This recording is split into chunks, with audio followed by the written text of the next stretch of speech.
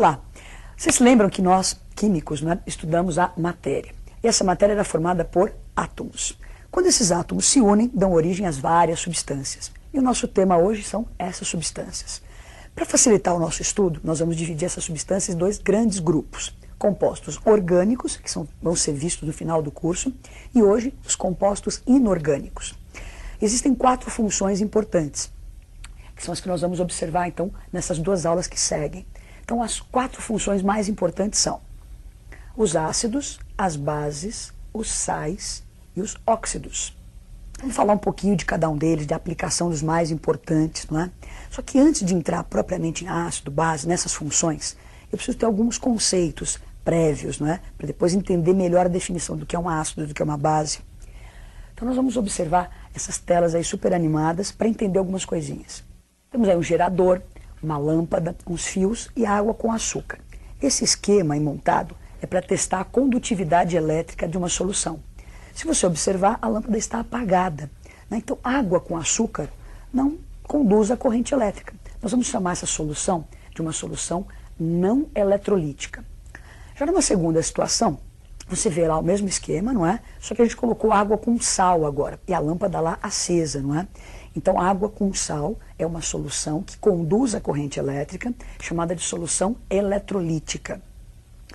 Bom, como é que isso acontece? Por que um conduz, o outro não? Quem vai esclarecer isso para a gente foi um cientista chamado Arrhenius, com a sua teoria da dissociação iônica, não é? Para Arrhenius, um meio se torna condutor de corrente quando nele existirem íons livres. Então, no açúcar não conduziu, não deve haver íons. No sal conduz, deve haver íons. Mas para a gente ficar com isso bem claro, não é? Vamos observar a animação que nos dá aquela visão além do alcance. Água com açúcar. Você não consegue enxergar as moléculas, então nós temos um desenho para isso ficar bem claro para você. Você põe o cristalzinho de açúcar no copinho de água, ele dissolve, quebra esse cristal e o que fica liberado na água são moléculas. O açúcar, o sacarose no caso, C12, H22O11, é um composto molecular. Então você não percebe íons no meio, por isso que não conduz a corrente elétrica. Agora, já o sal conduziu. O que aconteceu então com o sal? O que tem ali dentro para conduzir a corrente? Segundo Arrhenius, íons. Vocês se lembram da ligação iônica que nós aprendemos a semana passada, na última aula? Então, NaCl, que é o que forma o sal de cozinha, são íons. Então, a nossa visão ali, o sal, NaCl, na bordinha do copinho, quando ele mergulha na água, esses íons que já existem, já estão aí, se dissociam, se separam, não é? Então, o sal, um composto já iônico, na água, libera os seus íons, tornando o meio condutor de corrente elétrica. Se você observar, nós tínhamos um aglomerado iônico, né, o NaCl, um sólido cristalino. Quando foi colocado na água, esses íons se separam, se dissociam. Então sai lá o Na+, e o Cl- soltos na água, que tornou o meio condutor. Agora, nós falamos de dissociação, essa separação. Nós vamos falar daqui a pouquinho de ácidos. E esses ácidos, eles são compostos covalentes moleculares. Só que quando eu coloco esses ácidos na água, eles conduzem a corrente elétrica. Essa coisa estranha, você acabou de dizer que quem é covalente molecular não conduz e ácido em água conduz? Sim. O que acontece com esses ácidos em meio aquoso, de tão diferente do que aconteceu com o açúcar? Se você observar a animação, nós temos então o HCl, um composto covalente molecular, não há íons aí. Quando ele mergulha na água, o cloro, que era aquele elemento bastante eletronegativo, rouba o elétron que está compartilhando com o hidrogênio. Então o cloro se aproveita da sua eletronegatividade e na água rouba esse elétron, ficando com uma carga negativa e o hidrogênio positivo. Se você percebe, no NaCl existiam íons que foram separados. Aqui eles não existiam, eles foram formados em contato com a água. Então é uma ionização, que você observa aí já resumidinho. Então, HCl em água, então a molécula entrou em contato com a água, formamos íons H+ e Cl-. Você percebeu que para conduzir a corrente precisamos de íons. Os sais são compostos já iônicos e liberaram esses íons na água, sofrendo uma dissociação. Então, dissociar é separar. Os ácidos, por sua vez, em água, em contato com a água, formam íons que não existiam. Esse fenômeno se chama ionização. Então, dissociar, separar, ionizar, formar esses íons. Então, Arrhenius define ácidos, na sua teoria, como substâncias que em água ionizam e liberam o cátion H+. Vamos olhar a tela. Segundo Arrhenius, temos lá um ácido H, aquele índice ali, não é? O A maiúsculo está representando um ânion qualquer. Colocamos na água, ioniza, libera o cátion H+, e o outro ânion. Então você percebe que o Azinho minúsculo ali é o índice do hidrogênio, então entram 1, 2, vão sair 1 ou 2, e é a carga do ânion. O que é importante para a gente é esse cátion H+. Então o que define ácido, o que determina a acidez de um meio é a presença deste íon H+. Então no futuro, quando a gente for estudar pH, medir a acidez de um meio, é este íon que determina a acidez. Nós vamos ver agora alguns exemplos com alguns ácidos das suas ionizações. Então observem a tela. O HCl, em contato com a água, ele ioniza, liberando aí o cátion H+, caracterizando um ácido. Então você vê aí H+ e meio aquoso, e liberando também o íon Cl-. Como o HCl libera só um hidrogênio ionizável, né, só um cátion H+, ele é um monoácido. Como ele não tem oxigênio na sua estrutura, a gente classifica ele de hidrácido. Na sequência, aparece o ácido H2SO4. Então ele já tem um índice ali, se você olhar no hidrogênio, 2. Então são 2 H+, 2 íons H+ liberados na água. Se você tira o H, o que sobra é o ânion, que é o SO4. Lembra que o índice é a carga desse ânion, então SO4, 2-. Este ácido, esse exemplo, como ele liberou 2 hidrogênios ionizáveis, ele é um diácido. E como ele tem oxigênio na sua estrutura, um oxiácido. Agora nós vamos observar os principais ácidos e algumas aplicações desses ácidos. Então, olhando a tela, nós temos ali HCl, ácido clorídrico. É o ácido que você tem no seu estômago, que causa azia. Também vendido no comércio como ácido muriático, para limpar chão de pedra. E o H2SO4, ácido sulfúrico, extremamente importante.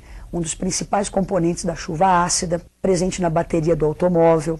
Na indústria, extremamente usado em vários setores. HNO3, ácido nítrico, descoberto lá pelos alquimistas, era chamado de aquaforte já naquela época. Então, um ácido que também está presente na chuva ácida e entra na fabricação de explosivos e fertilizantes.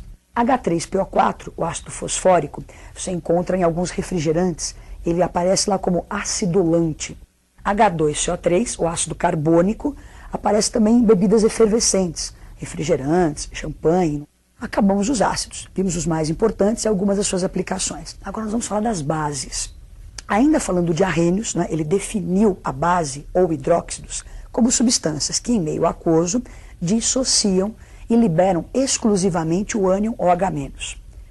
Vamos formalizar o que a gente acabou de dizer ali na tela. Então, temos uma substância, esse C representa um cátion qualquer, o ânion OH, lembra que a carga do cátion escorrega lá no índice do ânion, coloquei na água, dissocia, lembra que separa os íons. Então nós temos o cátion e o que é importante, este ânion OH, que é a hidroxila. Se uma substância na água dissociar e liberar o OH, segundo Arrhenius, eu posso chamar isso de uma base ou hidróxido. Nós vamos ver alguns exemplos agora de dissociações de bases. 2 exemplos bem importantes. Olha para a tela. Então, NaOH, um composto cristalino, sólido, colocado em água, vai formar o Na+, meio aquoso, então está separando os íons, e libera lá o OH-, a hidroxila. Como esta base liberou só uma hidroxila, ela é classificada de uma monobase. No próximo exemplo, a gente observa o MgOH2, não é? Colocado em água, dá o Mg2+, como você tem 2 hidroxilas, se você observar lá 2 OHs, vão sair nadando na água 2 OHs. Como se libera 2 hidroxilas, eu vou classificar essa base como uma dibase. Então, base, substância que na água libera este OH-. Para você dar um nome para as bases, daqui para frente vai ser uma maneira mais simples de se dar o nome. Nós vamos falar primeiro o nome do ânion, depois o nome do cátion. As bases têm sempre como ânion o OH, o hidróxido. Então, para se dar o nome das bases, olha como é que a gente faz. Primeiro se escreve o hidróxido, que seria o nome do ânion, D e o nome do cátion. É importante que você se lembre, é lógico, da tabela de cátions, não é? Que aparece no site, você pode ter na sua casa e tal. Vamos pegar agora as principais bases. Vamos ver como é que elas, quem são e as suas aplicações. Então, olhando a tela, as principais bases. NaOH é o hidróxido de sódio, soda cáustica, não é? extremamente importante você ter em casa para desentupir pia. Você usa para fazer sabão, uma base forte. O MgOH2, o hidróxido de magnésio, que é o que você, quando você tem azia, você bebe, que é um antiácido, leite de magnésia, ruim por sinal, né? CaOH2, o hidróxido de cálcio. Você já viu um pedreiro fazendo argamassa, né? Então ele põe cimento, põe areia e põe um pó branco, que é essa cal hidratada. Se ela estiver dissolvida em água, nós temos a água de cal. A LOH3, o hidróxido de alumínio, também usado como antiácido. E o NH4OH, o hidróxido de amônio, que é o amoníaco usado nos produtos de limpeza. Nós já vimos um pouquinho de ácido, um pouquinho de base. Nós comentamos aí que o hidróxido de magnésio era usado como antiácido. Então você levanta, tem uma azia causada pelo ácido clorídrico. Você vai ingerir o hidróxido de magnésio, que é um antiácido. O que acontece? Por que diminui, alivia a minha azia? Que reação é essa? Não é? A reação que une um ácido a uma base, nós vamos observar e entender como ela acontece nessa animação. Nós temos o ácido liberou H+, e Cl-, a base o Mg2+, o OH-. Este cátion H+, que é o que caracteriza o ácido, junto com este ânion OH-, que é o que caracteriza a base, eles são apaixonados. Eles se olham e vão ao encontro do outro. Quando se encontram, dão origem à substância água, que é uma substância neutra. Então acabou de acontecer uma reação, formando-se água. Daí o nome da reação ser neutralização. Formamos água, que é algo neutro. Um ácido e uma base interagem produzindo água. Vamos formalizar isso numa reação, porque além da água, você viu que sobraram lá os íons Mg2+, Cl-. Como é que se organiza isso de uma maneira mais formal? Observem a tela. Então nós temos o H+, que era o ácido, com a base MgOH2, reagem, então o H+, se uniu ao OH-, formando água, e sobrou o Mg e o Cl. Para formalizar aquela estrutura, primeiro o cátion, depois o ânion, a carga do magnésio vai para o índice do Cl e vice-versa. Bom, a reação está feita, não é? Então, ácido mais base forma sal mais água. O nome dessa reação, neutralização. Só que eu preciso balancear a reação. O número de átomos que entra tem que ser igual ao número de átomos que sai. Então, para que a neutralização seja uma neutralização total, o número de hidroxilas tem que ser igual ao número de H+. Se eu tenho 2 hidroxilas, eu preciso colocar lá 2H+. E vou conseguir formar, então, 2 moléculas de água. Então, está aí a reação de neutralização. Hoje nós aprendemos um pouquinho de ácidos, de bases e essa reação de ácido e base. Na próxima aula vão ficar os óxidos e os sais. Até lá!